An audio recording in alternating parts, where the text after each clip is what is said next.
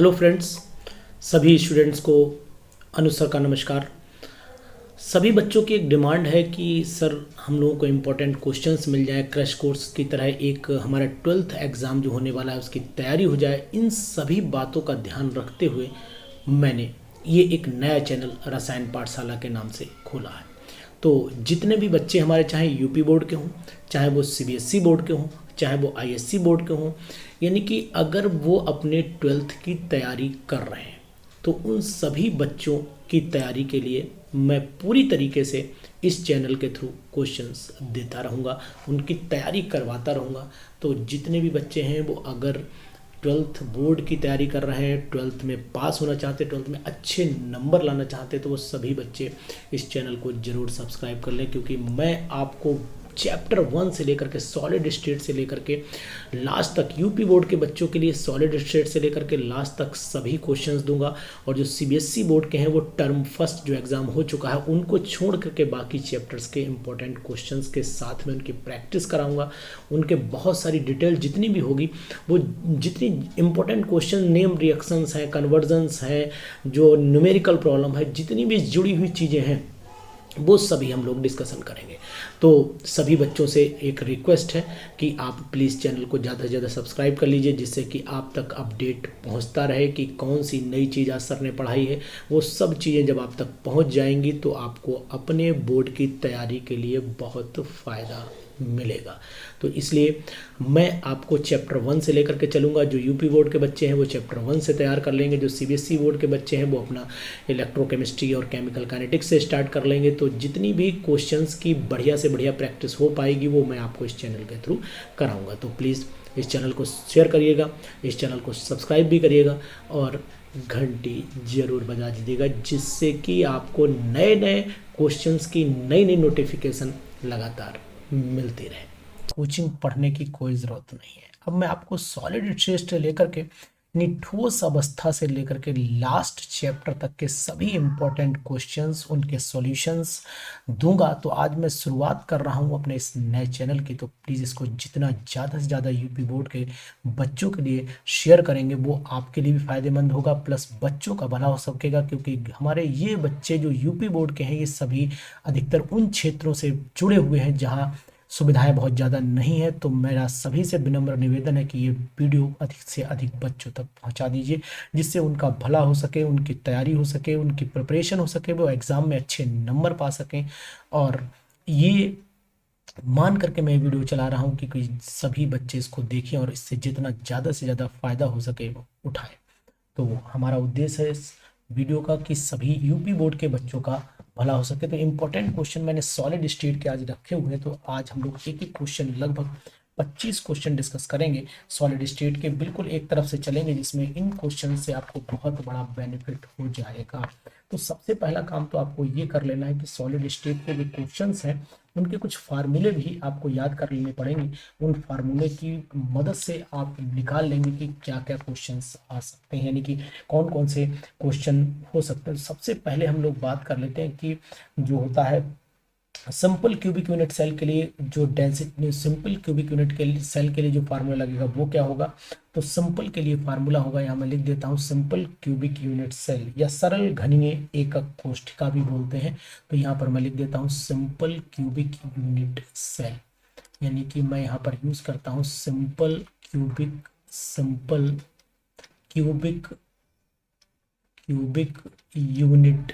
Unit cell. अब simple cubic unit cell का अगर हम लोग रेडियस निकालते हैं तो रेडियस इज इक्वल टू हो जाता है, आर इज इक्वल टू हो जाता है a/2। इसे आपको मैंने बता दिया सरल घनीय एकक कोष्ठिका के नाम से भी जाना जाता है। अगर हम लोग body centred cubic unit cell की बात करें तो यहाँ पर मैं लिख देता हूँ body centred cubic unit cell. अगर मैं इसकी बात करता हूँ तो इसके लिए जो रेडियस निकल के आएगा वो रेडियस क्या होगा वो आपको पता होना चाहिए। आर इज इक्वल टू होता है आपका a√3/4 हो जाता है, इसका रेडियस ही हो जाता है। ठीक है, डिस्टेंस जब निकालते हैं तो इसका मतलब 2 से, यानी कि ये डिस्टेंस यहाँ क्या होगी, a होगी भाई, डिस्टेंस यहाँ a होगी तो रेडियस a/2 हो गया। यहाँ डिस्टेंस कितनी हो जाएगी, यहाँ डिस्टेंस a√3/2 हो जाती है। इसी तरीके से face centred cubic unit cell के लिए निकालेंगे face centred cubic cubic unit cell. इसके लिए अगर हम लोग ये काम करते हैं तो face centred cubic unit cell के लिए आपको रेडियस पता है, r इज इक्वल टू हो जाता है a/2√2। यानी कि अगर हम इसकी बात ये करें कि केवल डिस्टेंस की बात करते हैं तो distance is equal to a/√2 हो जाएगा। तो ये आपको इजीली पता है, एक सिंपल है, कोई दिक्कत नहीं है, ये आप निकाल सकते हैं। इसी तरीके से अगर हमें वाइड निकालने हैं, जैसे वाइड पे अगर कोई क्वेश्चन आता है तो टेट्राहेड्रल वाइड के लिए जो फार्मूला है, tetrahedral void is equal to 2 into number of atoms, यानी 2n कर सकते हैं इसे। ये सिंपली हम लोग 2n लिख देते हैं। अगर टेट्राहेड्रल वाइड की जगह ऑक्टाहेड्रल वाइड होता तो हम लोग सिंपली से n लिख देते, परमाणुओं की संख्या। n का मतलब यहाँ पर हो जाता है परमाणुओं की संख्या। तो सिंपल से हम यहाँ पर लिख सकते हैं परमाणुओं की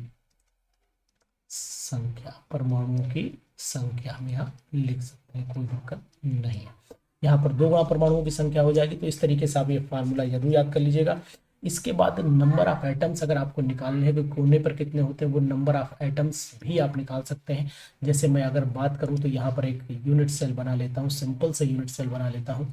इस तरीके से अगर मैं बात करूं, यहाँ पर देखें ध्यान से, बहुत ही आपको मैं 3 यूनिट सेल बनाऊंगा। यहाँ पर एक मैंने ये बनाई, इस तरीके से देखिएगा।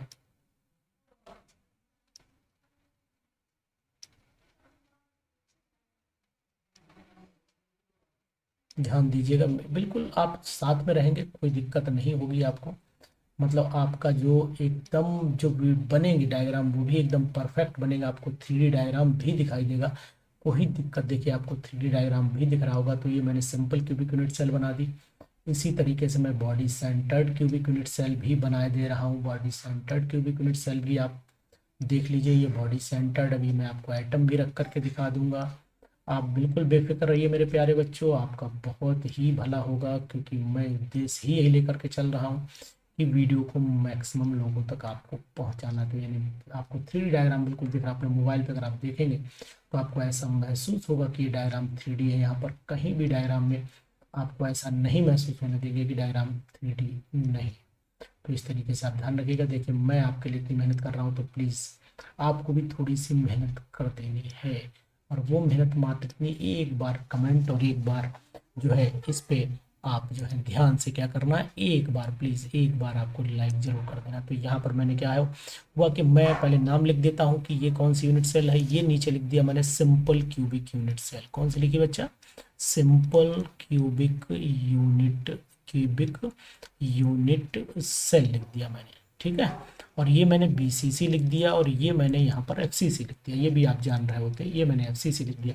अब यहाँ पर सिंपल क्यूबिक यूनिट सेल में क्या होगा, नंबर ऑफ एटम्स कहाँ होंगे, कॉर्नर पर होंगे। एक एटम यहाँ लगा दीजिए, एक एटम यहाँ लगा दीजिए, एक एटम यहाँ लगा दीजिए, एक एटम यहाँ लगा, अभी क्वेश्चन भी बताऊंगा लेकिन जब तक आप देखिए एक आइटम यहाँ लगाइए, सब कॉर्नर पे आइटम लगा दीजिए, तो ये कहलाता है simple cubic unit cell. Body centred cubic unit cell में एटम कॉर्नर पर तो रहते ही रहते हैं, लेकिन एटम कहाँ पर होंगे, एटम आपके इसके बॉडी में भी एक बॉडी में लटका दीजिएगा एटम, सिंपल सा यहाँ पर लटका दिए बीच में ऐसे करके, सिंपल, कोई दिक्कत नहीं।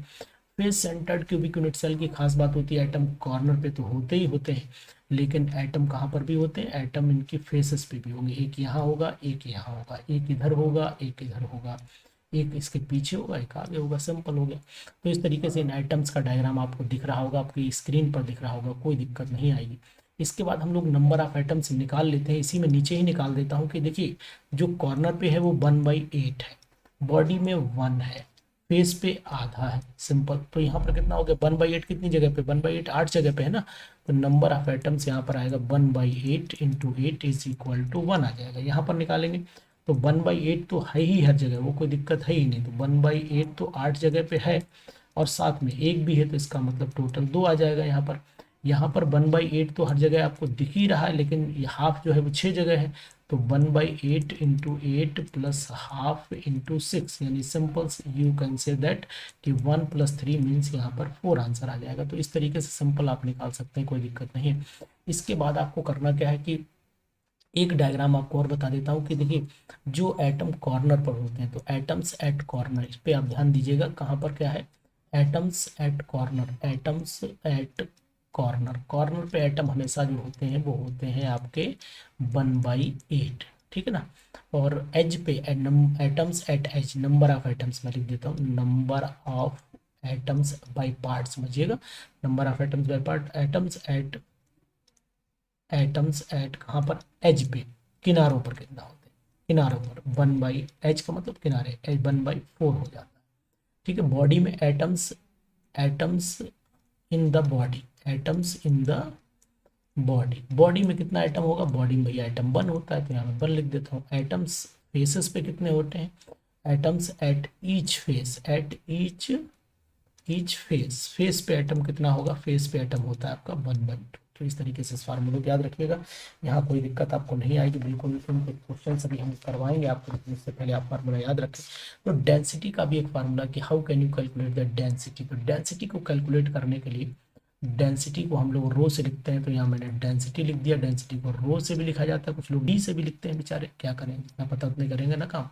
तो rho is equal to Z into M upon A cube into N A. यहाँ बच्चों एक बात आपको ध्यान रखना है, एन ए है, नाना नहीं है आपके, एन ए जो है वो 6 एवोगैड्रो नंबर है, 6.22 इंटू 10⁻23। जेड यहाँ पर नंबर ऑफ एटम्स है, यानी कि परमाणुओं की संख्या है। ये क्या है बेटा, परमाणुओं, परमाणुओं की संख्या है, ये परमाणुओं की संख्या हो जाती है। बहुत इजी तरीके से मैं आपको ले चल रहा हूँ। उसके बाद ए जो होता है वो एज लेंथ होती है, क्या होती है बेटा, एज लेंथ होती है, इसे आप एज लेंथ बोल सकते हैं, कोई दिक्कत नहीं है। यहाँ पर घन के किनारे की लंबाई भी बोल सकते हैं इसे, अगर आप हिंदी में बोलना चाहें एज लेंथ को, घन के किनारे की लंबाई, ऐसे भी बोल सकते हैं, घन के किनारे की लंबाई, इसे ऐसे बोल सकते हैं, कोई दिक्कत नहीं। तो अब आपने करना क्या है, अब आपने यहाँ पर अगर जेड की वैल्यू, मान लो सिंपल क्यूबिक यूनिट सेल है तो सिंपल में जेड की वैल्यू 1 रख दीजिएगा, बॉडी सेंटर्ड है 2 रख देना, फेस सेंटर्ड है तो 4 रख देना। तो कि ये किसके लिए, सिंपल के लिए, यहाँ मैं लिख देता हूँ, ये सिंपल के लिए रखिएगा वैल्यू जेड की, ये बीसीसी के लिए रख दीजिएगा, ये एफसीसी के लिए रख दीजिएगा, कोई दिक्कत नहीं, सब वैल्यूज आपको पता लग जाएंगे। तो इस तरीके से आप इस फार्मूले का भी यूज़ करिए। लेकिन ए क्यूब की वैल्यू जब रखिएगा तो यहाँ पिकोमीटर को जरूर कन्वर्ट कर लेना कि 1 picometre is equal to 10⁻⁻10 centimetre में रख देना। और अगर मीटर की बात चले तो 1 picometre is equal to 10⁻12 metre रख दीजिएगा। लेकिन अगर सेंटीमीटर में ऑलरेडी दे रखा हो तो कोई दिक्कत नहीं, इसकी यूनिट क्या आएगी, ग्राम पर सेंटीमीटर क्यूब आती है, इसीलिए इसको सेंटीमीटर में कन्वर्ट कर लेते हैं हम लोग। तो ये मैंने कुछ इंपॉर्टेंट फार्मूले बता दिए, इन्हीं फार्मूले के साथ अब हम लोग क्वेश्चन पे चल देते हैं कि क्वेश्चन कहाँ तक पहुँचेंगे। तो वो क्वेश्चंस देखते हैं क्या है। क्वेश्चन नंबर हमारे लिए 1, अब हम लोग चलते हैं क्वेश्चन नंबर 1।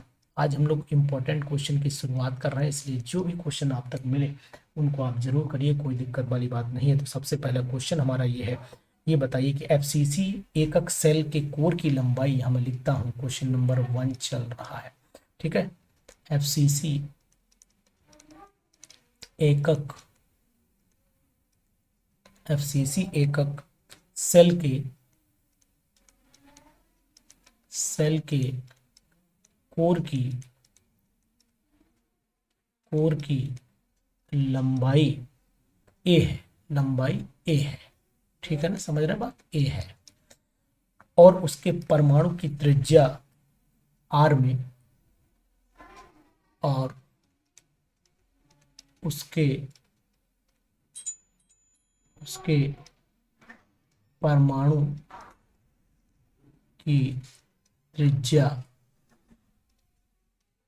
की त्रिज्या, आर में क्या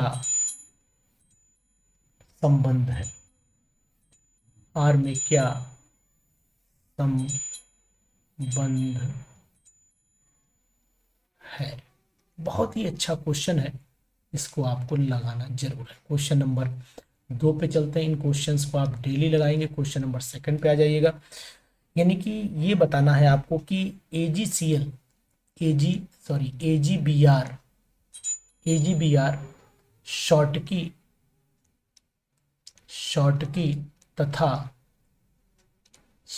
तथा फ्रैंकल दोनों प्रकार के प्रकार के दोष क्यों प्रदर्शित करता है, क्यों प्रदर्शित करता है। ये बात आपको ध्यान रखनी, बहुत ही इम्पोर्टेंट है ये क्वेश्चन आपके लिए, इसलिए इसको जरूर करिएगा मेरे प्यारे बच्चों, इसको ध्यान रखना है आपको। इसके बाद हम लोग नेक्स्ट क्वेश्चन पे चल देते हैं कि NaCl की संरचना में, NaCl की संरचना में Na पॉजिटिव तथा Cl नेगेटिव का कोऑर्डिनेशन नंबर क्या है।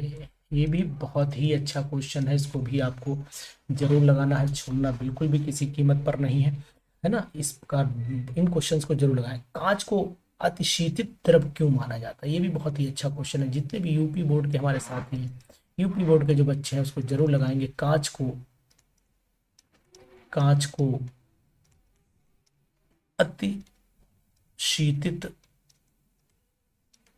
अतिशीतित द्रव क्यों कहा जाता है, ये आप बताइएगा, कहा जाता है। इसके बाद मैं आंसर भी इनके बताऊंगा, लेकिन आज मैंने शुरुआत की है तो ये आप जरूर इन क्वेश्चंस को लगाएं, ध्यान रखिएगा इन क्वेश्चंस को, इसीलिए मैंने आज शुरुआत की है। तो आपको अगर क्वेश्चन पसंद आए तो कमेंट जरूर डाल दीजिएगा, और अदरवाइज अपने दोस्तों तक इन क्वेश्चंस को पहुंचा भी दीजिएगा। एक क्वेश्चन ये भी है कि फ्रैंकल और शॉर्टकी डिफेक्ट में क्या डिफरेंस है, तो यहाँ मैं लिख देता हूँ शॉर्टकी तथा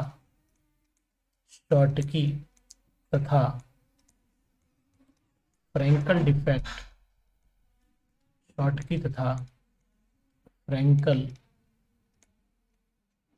डिफेक्ट मतलब डिफेक्ट का मतलब दोष, डिफेक्ट का मतलब क्या होगा, दोष में क्या अंतर है, इस बात को भी आपको बताना पड़ेगा, ठीक है ना। तो मैं आपके लिए सब कुछ कर रहा हूँ, इसलिए आप भी मेरे लिए थोड़ा जरूर करिए। क्या करना है वो आपको पता है कि कमेंट लिखना है इस पर, ठीक है। इसके बाद आपको क्वेश्चन और मैं अच्छा ढूंढ रहा हूँ, और अच्छा क्वेश्चन मैं लगा रहा हूँ इसमें, वो क्वेश्चन क्या है वो आप समझे, लिखिएगा। पैकिंग इफिशियंसी, संकुलन क्षमता से आप, संकुलन क्षमता से आप क्या समझते हैं, संकुलन क्षमता से आप क्या समझते हैं। Simple cubic unit cell, simple cubic unit cell, comma body centred cubic unit cell तथा face centred FCC cubic unit cell की पैकिंग एफिशिएंसी लिखिए। बहुत ही अच्छा क्वेश्चन, छोटा क्वेश्चन, इंपॉर्टेंट क्वेश्चन है, तो इसको भी आप जरूर करेंगे। ध्यान रखेंगे कि इस क्वेश्चन में करना क्या है, आपको पता है कि इस क्वेश्चन में आपको बहुत अच्छे ढंग से अपने जवाब देने हैं। इसके बाद क्वेश्चन नंबर 7 आते हैं। क्वेश्चन नंबर 7 क्या कहता है वो भी हम लोग देख लेते हैं। क्वेश्चन नंबर 7, इस 7th क्वेश्चन को एक चीज़ आपको बतानी पड़ेगी कि भाई ये न्यूमेरिकल बेस्ड क्वेश्चन है, मैं आपको बता दे रहा हूँ कि इसको कैसे करना है। यदि आपको, मैं यहाँ क्वेश्चन लिख देता हूँ, यदि आपको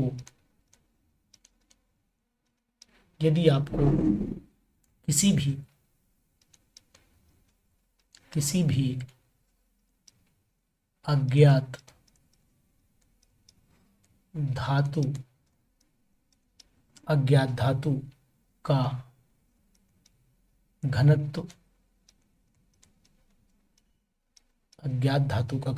एवं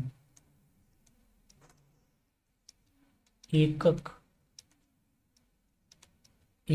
कोष्ठिका की विमाएं, एकक कोष्ठिका की विमाएं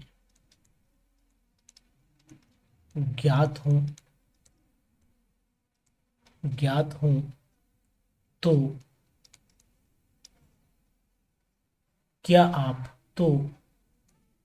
क्या आप उसका परमाणु द्रव्यमान पता कर सकते हैं? तो क्या आप उसका परमाणु द्रव्यमान परमाणु द्रव्यमान ज्ञात कर सकते हैं? ठीक है ना, ये भी एक अच्छा क्वेश्चन है यहाँ पर।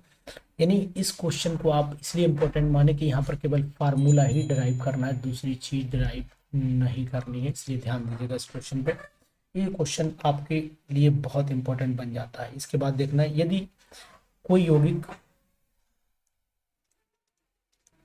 यदि कोई यौगिक यदि कोई यौगिक ए तथा कैपिटल ए बना लीजिए, कोई दिक्कत नहीं, यौगिक कैपिटल ए तथा कैपिटल बी परमाणुओं से या तत्वों से मिलकर बना है, तत्वों से मिलकर बना है, जहां वाई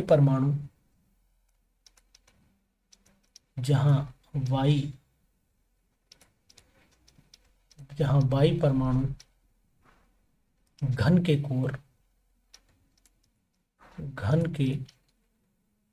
कोर तथा एक्स परमाणु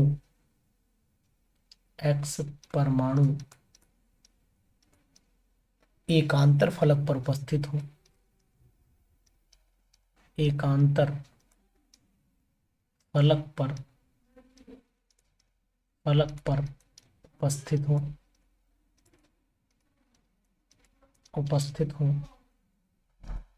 तो उस यौगिक का सूत्र क्या होगा? तो उस यौगिक का सूत्र क्या होगा? ठीक है ना, इस क्वेश्चन को जरूर करिएगा, बहुत ही अच्छा क्वेश्चन है, इसलिए इसको जरूर ध्यान दीजिए। क्वेश्चन नंबर 9 क्या कह रहा है वो भी मैं आपको बताता हूं। क्वेश्चन नंबर 9 कह रहा है, एक यौगिक दो तत्व M और N से बना है। एक यौगिक दो तत्वों M तथा N से मिलकर बना है। ठीक है ना, तत्व NCCP, तत्व N जो है वो क्या बना, तत्व NCCP संरचना बनाता है, CCP संरचना बनाता है, ठीक है ना, तथा M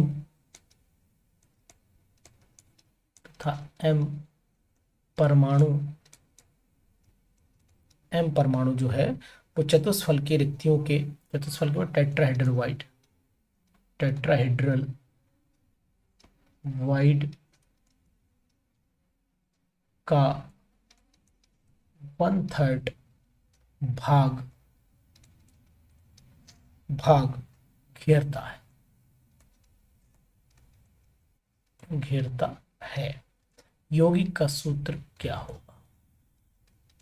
यौगिक का सूत्र क्या होगा? ये बहुत ही अच्छा क्वेश्चन है, लास्ट क्वेश्चन, आज 10 क्वेश्चन दे रहा हूं, इसके बाद भी कल क्वेश्चन दूंगा, लेकिन पहले आप ये मुझे करके जरूर दिखाइएगा ये क्वेश्चन कैसे आप कर रहे हैं, इनका कोई रिस्पॉन्स आपका आ रहा है तो फिर मैं आगे क्वेश्चन को बढ़ाऊंगा और इन्हीं क्वेश्चंस के सहारे आप आगे भी चलते रहेंगे। तो यदि क्वेश्चन देख लेते हैं, यदि नेक्स्ट लास्ट क्वेश्चन है, यदि NaCl को SrCl2 के 10⁻⁻5 मोल प्रतिशत से डोपित किया जाता है, डोपित किया जाता है तो धनायनों की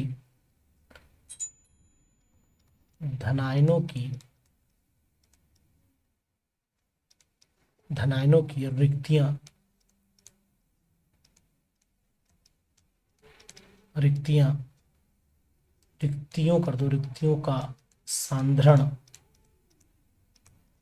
क्या होगा, तो बेटा ये मेरे प्यारे बच्चों, ये क्वेश्चन मैंने बताए आपको।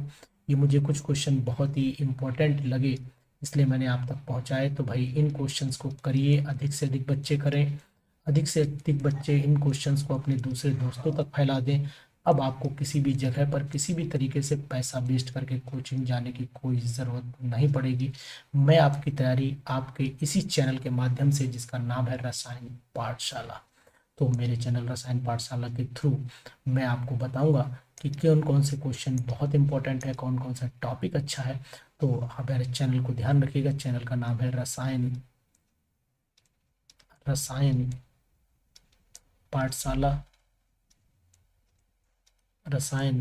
पाठशाला। और अगर आप इन क्वेश्चंस को करके हमारे इसी चैनल पे कमेंट देते हैं तो ये आपके लिए बहुत ही अच्छी बात। Thank you, have a nice day, bye bye, C.